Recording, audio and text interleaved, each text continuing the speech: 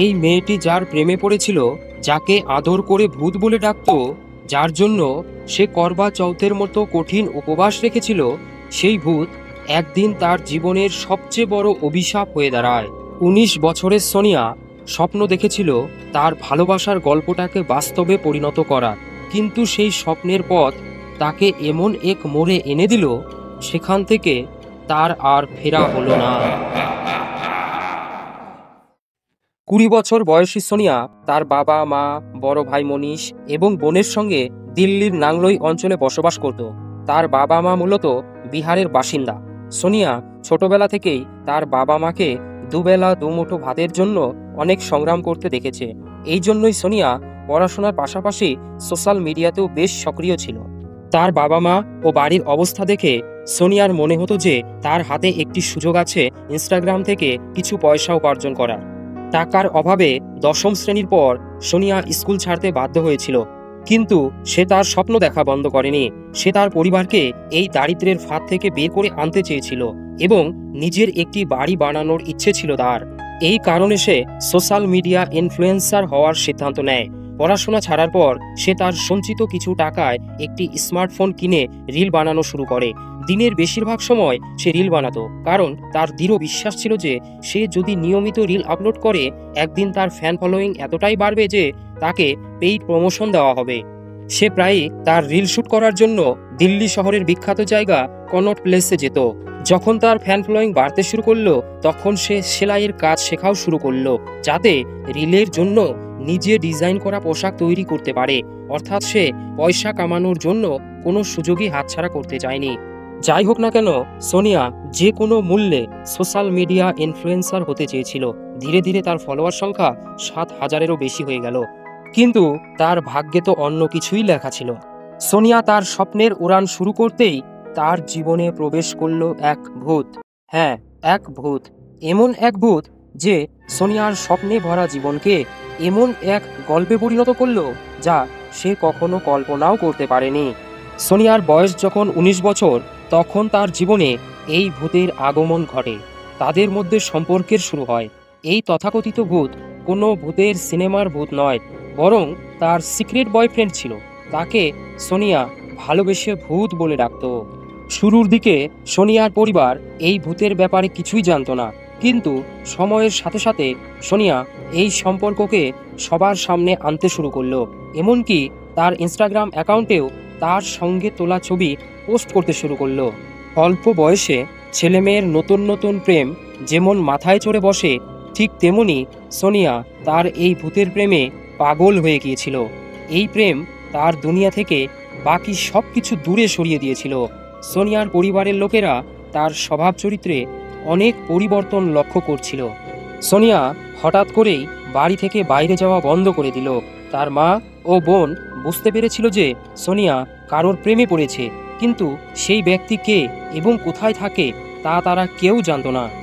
যখনই তারা সোনিয়ার সঙ্গে এই বিষয়ে কথা বলার চেষ্টা করত, সে প্রতিবারই একই উত্তর দিত যে তার নাম ভূত। সারা দিন সে ফোনে তার সঙ্গেই কথা বলতো। তার ইনস্টাগ্রাম পোস্ট, রিল, স্টোরি এবং কল স্টোরি সর্বত্রই কেবল ভূত আর ভূত। সোনিয়ার মনের ওপর এই তথাকথিত প্রেমিক ভূতের প্রভাব তাকে এক মর্মান্তিক পরিণতির দিকে ঠেলে নিয়ে যাচ্ছিল। ২০২৪ সালের আগস্ট মাসে সোনিয়ার মা রজনী দেবী লক্ষ্য করলেন যে সোনিয়া হঠাৎ করেই বাড়ির বাইরে যাওয়া বন্ধ করে দিয়েছে। যদিও সে খুব কমই বাড়িতে পুরো দিন থাকতো, কিন্তু এখন প্রায়ই অসুস্থ থাকতে শুরু করেছিল সে। সোনিয়ার অসুস্থতা এবং লক্ষণগুলো স্বাভাবিক ছিল না। সন্দেহ হওয়ায় পরিবারের লোকেরা সোনিয়ার চেক আপ করায়। তার রিপোর্টে যা প্রকাশ পেল তা দেখে পরিবারের সকলের পায়ের নিচে থেকে মাটি সরে গেল। তাদের ২০ বছর বয়সী মেয়ে সোনিয়া তখন ৫ মাসের গর্ভবতী ছিল। এখান থেকেই সোনিয়ার জীবন এমন একটি মোড় নিতে শুরু করলো যার পরিণাম সোনিয়া স্বপ্নেও ভাবতে পারেনি। এই ঘটনার ১৫ মাস আগে সোনিয়া তার সোশ্যাল মিডিয়াতে একটি স্টোরি পোস্ট করেছিল, যার থেকে বোঝা যায় যে সম্ভবত সেই সময়ই তার এই ছেলের সঙ্গে পরিচয় হয়েছিল। সোনিয়া ছেলেটির নাম সঞ্জু বলেছিল, যাকে সে আদর করে ভূত বলে ডাকত। সঞ্জু ছিল হরিয়ানার বাসিন্দা, কিন্তু সে নাংলইতে সোনিয়ার বাড়ির কাছেই একটি ভাড়া বাড়িতে তার পরিবার নিয়ে থাকত। গত বছর অর্থাৎ 2023 সালের দীপাবলিতে সোনিয়া সঞ্জুকে ডেডিকেট করে একটি রিল পোস্ট করেছিল। তখন তাদের বয়স ছিল এই 19-20-র মধ্যে। কিন্তু সোনিয়া এতটাই তার প্রেমে পড়ে গিয়েছিল যে কয়েক মাসের সম্পর্কেই সে সঞ্জুকে নিজের স্বামী হিসেবে মেনে নিয়েছিল। সোনিয়া তার শেষ স্টোরি এই বছর অর্থাৎ 2024-এর অক্টোবরে আপলোড করেছিল। সেখানে সে সঞ্জুকে তার এভরিথিং বলে উল্লেখ করেছিল। অক্টোবর 2024-এ যখন সোনিয়া তার প্রেগনেন্সির 7ম মাসে ছিল, তখন সে তার পরিবারকে জানিয়েছিল যে সঞ্জুই তার সন্তানের বাবা এবং সে বাকি জীবন সঞ্জুর সঙ্গেই কাটাতে চায়। সোনিয়া মনে মনে সঞ্জুকে তার স্বামী হিসেবে মেনে নিয়েছিল। অন্যদিকে সঞ্জু সোনিয়াকে বলেছিল যে যদিও সে তার বাবা মা এবং বড় ভাইয়ের সঙ্গে থাকে, কিন্তু তার পরিবার তাকে সম্পত্তি থেকে বঞ্চিত করে রেখেছে। এইদিকে সোনিয়ার ডেলিভারির তারিখ কাছাকাছি আসছিল, আর সে তার আসন্ন সন্তানের জন্য খুবই এক্সাইটেড ছিল। সঞ্জুর সঙ্গে এখনও তার বিয়ে হয়নি, তবুও এই বছর অর্থাৎ 20 অক্টোবর 2024-এ সোনিয়া সঞ্জুর জন্য করবা চৌথের উপবাস পালন করেছিল। অন্যদিকে সোনিয়ার পরিবার এই বিষয়টি নিয়ে খুবই চিন্তিত ছিল যে তাদের মেয়ে বিয়ের আগেই মা হতে চলেছে। শুধু তাই নয়, সে একজন বিবাহিত মহিলার মতো আচরণ করতে শুরু করেছে। এই সব কিছু দেখে এবং তাদের মেয়ের মুখের দিকে তাকিয়ে পরিবারের সবাই বাধ্য হয় তাদের সম্পর্ক মেনে নিতে। করবা চৌথের পুজোর পরদিন অর্থাৎ 21শে অক্টোবর সকাল 4টার দিকে সোনিয়া তার সব জিনিসপত্র গুছিয়ে সঞ্জুর কাছে যাওয়ার জন্য বাড়ি ছেড়ে বেরিয়ে পড়ে। কিন্তু যাওয়ার আগে সে তার বোনকে বলে যে সঞ্জুর পরিবার তাকে কখনো মেনে নেবে না, তাই সে সঞ্জুর সঙ্গে বিয়ে করে ছোট্ট একটি সংসার তৈরি করবে। সকাল 5টার দিকে সোনিয়ার মা রজনী দেবীর ঘুম ভাঙে। তার ছোট মেয়ে তাকে জানায় যে সোনিয়া বাড়ি ছেড়ে চলে গেছে। এরপর রজনী দেবী তার মেয়ে সোনিয়ার ফোনে কল করে, কিন্তু সোনিয়ার ফোন সুইচ অফ বলে। কয়েক ঘন্টা পর যখন সোনিয়ার ফোন চালু হয়, তখন ফোনের অপর প্রান্ত থেকে সোনিয়া নয় বরং সঞ্জু কথা বলে। সঞ্জু বলে, আমি সঞ্জু বলছি, তোমার মেয়ে এখন তোমাদের সবাইকে ঘৃণা করে এবং তোমাদের কারোর সঙ্গে কথা বলতে চায় না সে। তোমরা ওকে বারবার ফোন করে বিরক্ত করো না। সোনিয়ার মা রজনী দেবী কাঁদতে কাঁদতে সঞ্জুর কাছে অনুরোধ করে, একবার আমাদের সোনিয়ার সঙ্গে কথা বলিয়ে দাও, অথবা এইটুকু বলে দাও যে আমার মেয়ে কোথায় আছে এবং কেমন আছে। কিন্তু সঞ্জু তাদেরকে সাফ মানা করে দেয়। সারাদিন সোনিয়ার পরিবার তাকে যোগাযোগ করার চেষ্টা করে, কিন্তু তাদের সব প্রচেষ্টা ব্যর্থ হয়। এরপর সেই রাতে প্রায় 11টার দিকে সোনিয়ার ভাই মনীষ আবারও তার নম্বরে ফোন করে। এবারও ফোন সঞ্জুই তোলে। যখন মনীষ তার বোন সম্পর্কে জানতে চায়, তখন সে সঞ্জুর পেছন থেকে কিছু আওয়াজ শুনতে পায়, যেন সঞ্জুর সঙ্গে আরও কয়েকজন মানুষ রয়েছে। ঠিক তখনই মনীষ এমন কিছু শোনে যা তার মনে বড় ভয় তৈরি করে। সে সঞ্জুকে কারোর সঙ্গে কথা বলতে শোনে। সঞ্জু কাউকে বলছে, গর্তটা আরেকটু গভীর করে খোঁড়। মনীষের মনে ভয় বাসা বাঁধে যে কিছু অঘটন ঘটতে চলেছে। এই ভয় এতটাই বেড়ে যায় যে সোনিয়ার পরিবার তৎক্ষণাৎ নাংলই পুলিশ স্টেশনে গিয়ে সোনিয়ার নিখোঁজ হওয়ার অভিযোগ দায়ের করতে চায়, কিন্তু পুলিশ অভিযোগ নিতে অস্বীকার করে। তারা বলে, আপনার মেয়ে প্রাপ্তবয়স্ক, ইভেন ছেলে মেয়ে দুজনেই প্রাপ্তবয়স্ক, তাই আপনার মেয়ে নিজের ইচ্ছায় ওই ছেলের সঙ্গে গেছে, আমরা এতে কিছু করতে পারবো না।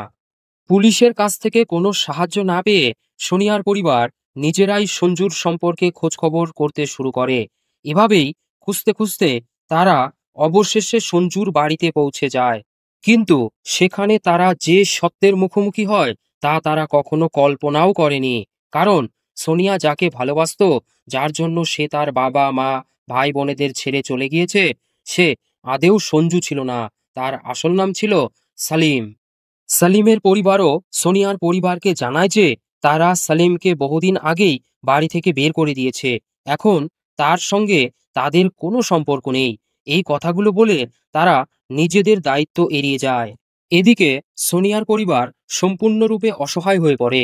পুলিশের থেকেও কোনো সাহায্য না পাওয়ার পাশাপাশি সঞ্জুর এই নতুন পরিচয় তাদের আশঙ্কাকে আরও গভীর করে তোলে। পরের দিন অর্থাৎ 23শে অক্টোবর 2024 সোনিয়ার ভাই মনীষের ফোনে পশ্চিম বিহার পুলিশ স্টেশন থেকে একটি কল আসে। সেখানে এক পুলিশ অফিসার জানায় যে তারা নম্বর প্লেট বিহীন একটি বাইক ও একটি ছেলেকে গ্রেপ্তার করেছে। তার কাছে কিছু ডকুমেন্ট এবং আধার কার্ড পাওয়া গেছে, যাতে সোনিয়ার নাম এবং তার বাবার নাম ছিল। এই তথ্য শুনে মনীষ দ্রুত নাংলোই পুলিশ স্টেশনে যায় এবং পুরো ঘটনা জানায়। এরপর নাংলোই পুলিশ একটি দল পাঠিয়ে সেই ছেলেকে পশ্চিম বিহার পুলিশ স্টেশন থেকে নাংলোই পুলিশ স্টেশনে নিয়ে আসে। গ্রেপ্তার হওয়া ছেলেটি আর কেউ নয়, সেই সালিম ওরফে সঞ্জু ছিল। পুলিশ যখন তাকে সোনিয়ার বিষয়ে জিজ্ঞাসা করে, প্রথমে সে পুলিশকেও বিভ্রান্ত করার চেষ্টা করে এবং সে পুলিশকে বলে যে সোনিয়া এখন তার পরিবারের সঙ্গে কোনো সম্পর্ক রাখতে চায় না। কিন্তু পুলিশ যখন নিজেদের কায়দায় জেরা করতে শুরু করে এবং বিশেষ আত্মীয়তা দেখায়, তখন সে সত্যি কথাগুলি বলতে শুরু করে। এই সত্য ছিল একটি গভীর ষড়যন্ত্র, যেখানে সোনিয়াকে অত্যন্ত কৌশলে ফাঁসানো হয়েছিল। 21শে অক্টোবর সকালে যখন সোনিয়া তার সমস্ত জিনিসপত্র নিয়ে বাড়ি থেকে বের হয়, তখন সঞ্জু ওরফে সালিম একটি ভাড়া করা গাড়ি নিয়ে তাকে পিক করতে আসে। সোনিয়াকে নেওয়ার পর সে রাস্তায় তার দুই বন্ধু পঙ্কজ এবং ঋত্বিককেও গাড়িতে তুলে নেয়। এরপর তারা সবাই রোহতকের দিকে রওনা দেয়। আসলে সোনিয়া তখনও সালিমকে সঞ্জু বলেই জানত। সোনিয়া সঞ্জুর ওপর বিয়ে করার জন্য চাপ দিতে শুরু করে, কারণ গত কয়েক মাস ধরে সঞ্জু ওরফে সালিম বিয়ের প্রসঙ্গে সময় চেয়ে আসছিল। তাদের গাড়ি যখন বাহাদুরগড় ও রোহতকের মধ্যবর্তী হাইওয়ের ওপর ছিল, তখন বিয়ে নিয়ে সোনিয়া ও সালিমের মধ্যে ঝগড়া শুরু হয়। সোনিয়া তার পরিবার, স্বপ্ন এবং নিজের সবকিছু ছেড়ে সালিমের সঙ্গে নতুন জীবন শুরু করার আশা নিয়ে বের হয়েছিল। কিন্তু সালিম জানতো যে সোনিয়া এবার বিয়ের জন্য ফোর্স করবে, তাই সে আগে থেকেই তার ষড়যন্ত্র তৈরি করেছিল। সোনিয়াকে দিল্লি থেকে রোহতক নিয়ে যাওয়া তার এই পরিকল্পনার একটি অংশ ছিল। ইনোসেন্ট সোনিয়া বুঝতেও পারেনি যে সঞ্জু নাম নিয়ে ছদ্মবেশী সালিম তাকে কি উদ্দেশ্যে রোহতক নিয়ে যাচ্ছে। যাই হোক, ঝগড়া মেটানোর পর এবং সোনিয়াকে শান্ত করার জন্য সালিম ওরফে সঞ্জু অবশেষে সেদিন রাস্তাতেও সোনিয়াকে বিয়ে করার প্রতিশ্রুতি দেয়। এই প্রতিশ্রুতি দিয়েই সে তাকে সাময়িকভাবে শান্ত করে। এরপর তারা এই প্রতিশ্রুতি উদযাপন করতে সবাই রোহতকে গিয়ে পার্টি করে। পার্টির সময় সালিম ও তার দুই বন্ধু পঙ্কজ এবং ঋত্বিক মদ্যপান করে। গভীর রাতে তারা রোহতক থেকে প্রায় 20 কিলোমিটার দূরে মদিনা গ্রামের কাছে একটি নির্জন জায়গায় পৌঁছায়। সেখানে তারা তিনজন মিলে 7 মাসের গর্ভবতী সোনিয়াকে নির্মমভাবে মারধর করে। এরপর মোবাইল চার্জারের কেবল দিয়ে তার গলায় ফাঁস লাগিয়ে শ্বাসরোধ করে হত্যা করে। এটি ঠিক সেই সময়ের ঘটনা, রাত 11টা, যখন সোনিয়ার ভাই মনীষ তার ফোনে কল করেছিল। সেই সময় সালিম তার বন্ধুদের আরও গভীর গর্ত খুঁড়তে বলেছিল। এরপর তারা প্রায় 4 ফুট গভীর গর্ত খুঁড়ে সোনিয়ার দেহ সেখানে পুঁতে দেয়। এই জঘন্য অপরাধ করার পর তারা তিনজন দিল্লিতে ফিরে আসে, যেন তাদের ওপর কোনো সন্দেহ না হয়। সোনিয়া যে সালিমকে নিজের ভালোবাসা, নিজের জীবনের সঙ্গী মনে করেছিল এবং যার সন্তানের মা হওয়ার স্বপ্ন দেখেছিল, সেই সালিমই তার স্বপ্ন, তার জীবন এবং তার সন্তানের জীবনের সবচেয়ে বড় শত্রু হয়ে ওঠে।